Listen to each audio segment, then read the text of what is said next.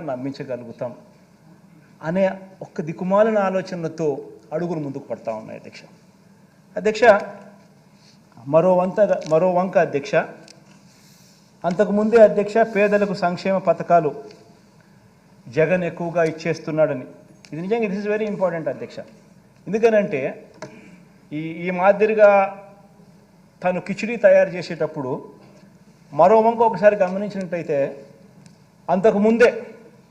అంతకుముందే పేదలకు సంక్షేమ పథకాలు జగన్ ఎక్కువగా ఇస్తున్నాడని ఇలా ఇవ్వటం సరికాదని సంక్షేమ పథకాల వల్ల అభివృద్ధి ఆగిపోతుందని రాష్ట్రం శ్రీలంక అయిపోతుందని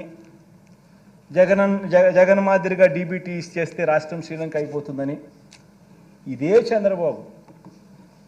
చంద్రబాబును మోస్తా ఉన్న ఇదే ఈనాడు ఇదే ఆంధ్రజ్యోతి ఇదే టీవీ5 ఇదే రాతలు రాసి ఎన్నికల దగ్గరకు వచ్చేసరికి జగన్ ఇంత చెప్పినాడా నేను ఇంత చెప్తాను అని చెప్పి ఏకంగా మీరు మోసాలు చేసేదానికోసం ఇన్ని చేస్తూ ఉంటే ఆలోచన చేయమని అడుగుతాను అధ్యక్ష. ప్రతి కుటుంబం కూడా దీంట్లో చర్చ జరగాలి. అంటే వీళ్ళకి సిన్సియారిటీ ఎక్కడుంది, వీళ్ళకి చిత్తశుద్ధి ఎక్కడుంది, వీళ్ళకి నిజాయితీ ఎక్కడుంది, ఏదన్నా ఒకటి చెప్తే చేస్తారా అని ప్రజలు నమ్మడానికి వీళ్ళలో ఎక్కడ ఉంది నిబద్ధత అని చెప్పి ప్రతి ఒక్కరు కూడా ఆలోచన చేయాలి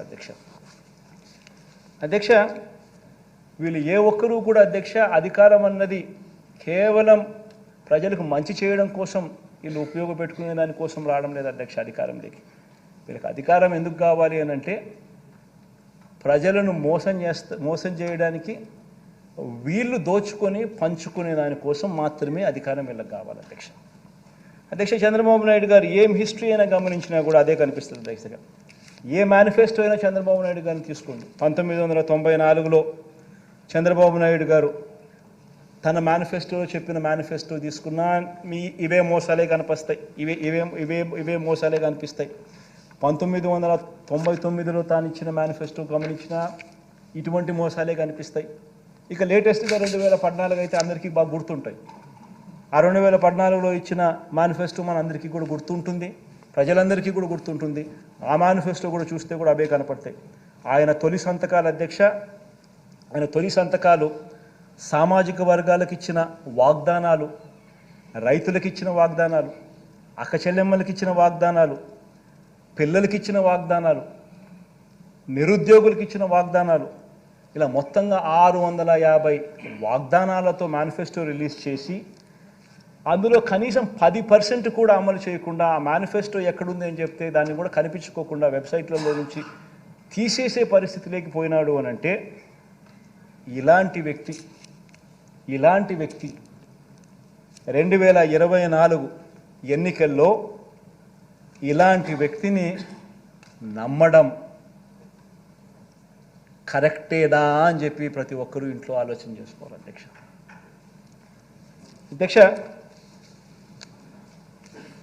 ఎలాగో అధ్యక్ష ప్రజలు అధికారం ఇవ్వరన్న నమ్మకంతో అధ్యక్ష బాబు మార్క్ గ్యాంబ్లింగ్ మొదలుపెట్టాడు అధ్యక్ష.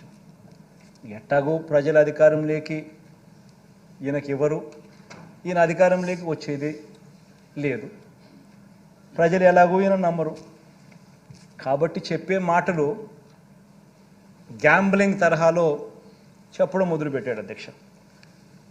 వేరే రాష్ట్రాల్లో పనిచేసిన వాగ్దానాలన్నీ కూడా పట్టుకొని ప్యాకాటకు దిగాడు అధ్యక్ష. రాష్ట్రం శ్రీలంక అయిపోతుందని చెప్పిన అదే నోటితోనే ఆయన చేస్తున్న ఈ గ్యాంబ్లింగ్ వ్యవహారంలో అధ్యక్ష 6 వాగ్దానాలను తాను ఈ మధ్యకాలంలో చెప్పాడు. ఈ 6 వాగ్దానాలు కూడా ఓన్లీ శాంపుల్.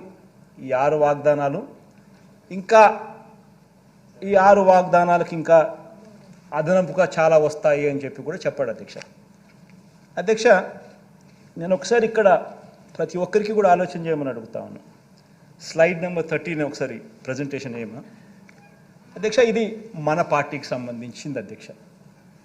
మన పార్టీకి సంబంధించి అధ్యక్ష ఈ 5 సంవత్సరాలలో డీబీటీ అయితే నేరుగా బటన్ నొక్కి అక్క చెల్లెమ్మల కుటుంబాల ఖాతాలోకి పంపించడం అయితేనేమి, నాన్ డీబీటీ అంటే నేను చెప్పినట్టుగా ఇంతకుముందు ఇళ్ల స్థలాలు, ఇళ్ల పట్టాలు, ఈ సంపూర్ణ పోషణం, గోరుముద్ద, విద్యా కానుక ఇటువంటివి అయితేనేమి, ఇవన్నీ కూడా ఒకసారి హౌస్ సైట్స్ ఇటువంటివన్నీ కూడా గమనిస్తే అధ్యక్ష, రాష్ట్ర ప్రభుత్వం ఖర్చు ఎంత చేసింది అని చెప్పి గమనించినట్టయితే అధ్యక్ష, హౌస్ సైట్స్ కూడా అధ్యక్ష మార్కెట్ విలువ తీసుకోలేదు. రాష్ట్ర ప్రభుత్వం ఎంతైతే డబ్బు ఖర్చు పెట్టిందో దాని విలువ తీసుకున్నాం. మార్కెట్ విలువ తీసుకుంటే దాని విలువ ఇంకా ఎక్కువ ఉంటుంది, అది వేరే విషయం. ఎంత ఖర్చు పెట్టామని చెప్పి చూసుకుంటే అధ్యక్ష, దాదాపుగా 2,55,000 కోట్లు డీబీటీగా పెట్టినాము. మరో 1,07,000 కోట్లు నాన్ డీబీటీగా పెట్టినట్టు క్లియర్ కట్గా అకౌంట్స్ సహా కనిపిస్తూ ఉంటుంది.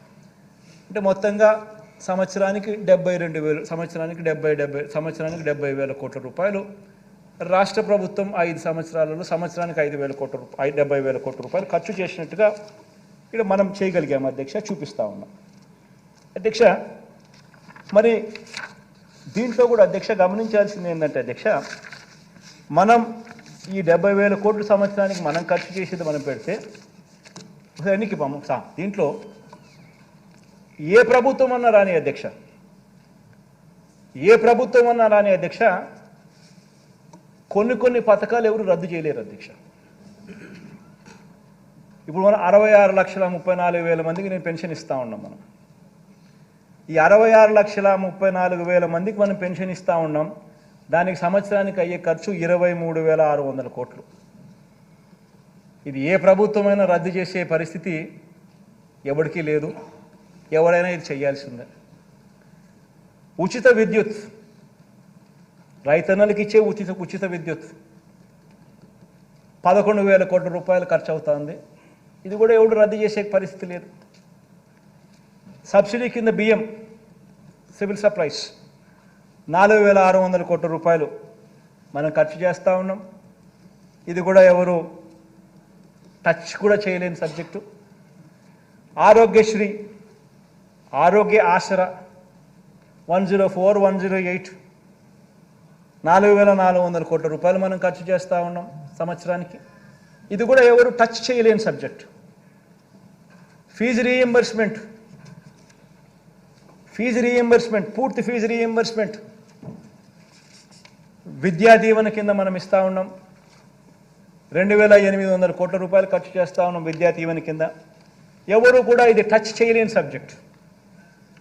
రద్దు చేయాలి అని అంటే టచ్ చేయలేని సబ్జెక్ట్. జగనన్న వసతి దీవెన కింద మరో 2,200 కోట్లు దగ్గర ఇస్తూ ఉన్నాం. ఇది కూడా ఎవరు టచ్ చేయలేని సబ్జెక్ట్.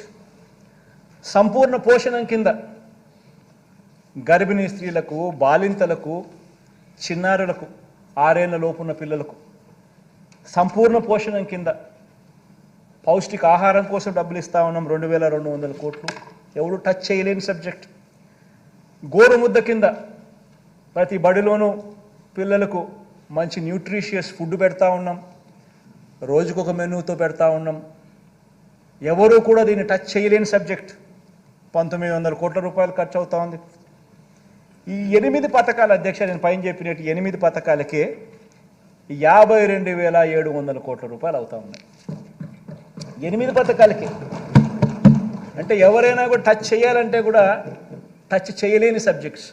టచ్ చేయాలి అంటే కూడా ఎవడన్నా దీన్ని రద్దు చేయాలి అని ఎవడన్నా టచ్ చేయాలనుకుంటే కూడా కూడా చేయలేని సబ్జెక్ట్. ఖచ్చితంగా అమలు చేయాల్సిందే ఎవరైనా. అటువంటిది 52,700 కోట్లు.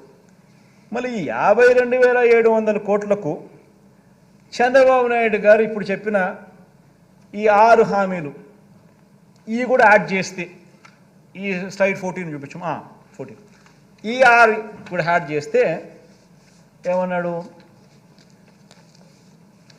మహాశక్తి అంట. 18 ఏళ్ళ